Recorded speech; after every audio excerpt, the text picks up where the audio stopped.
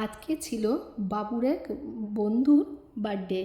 তো আমরা যেহেতু পায়েসটা একটু বেশি মান্যতা দিই, তো তার জন্য বাবু বলেছিল যে মাম্মা তুমি আজকে আমাকে টিউশনে নিতে আসবে, আর যখন নিতে আসবে তো অবশ্যই তার ওর বন্ধুর জন্য যেন আমি একটু পায়েস আর লুচি যেন বানিয়ে নিয়ে যাই।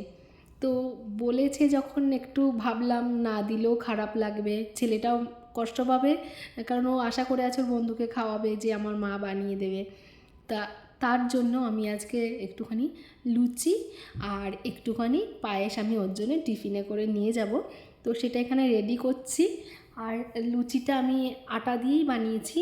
ময়দা দিয়ে লুচি খেতে জানি অনেক ভালো লাগে, কিন্তু আমরা একদম পছন্দ করি না। তো ওখানে লুচি আর পায়েসটা নিয়ে চলে গেছিলাম, সেখানে দিয়ে ওকে নিয়ে যখন বেরোচ্ছিলাম, তো এখানে খুব একটা ফেমাস রাজস্থানি একটা দোকান আছে যেখানে সব রকম রাজস্থানি ডিশগুলো পাওয়া যায়।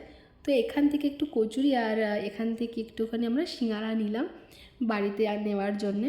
এখানে অনেক রকমের রাজস্থানি খাবার পাওয়া যায়,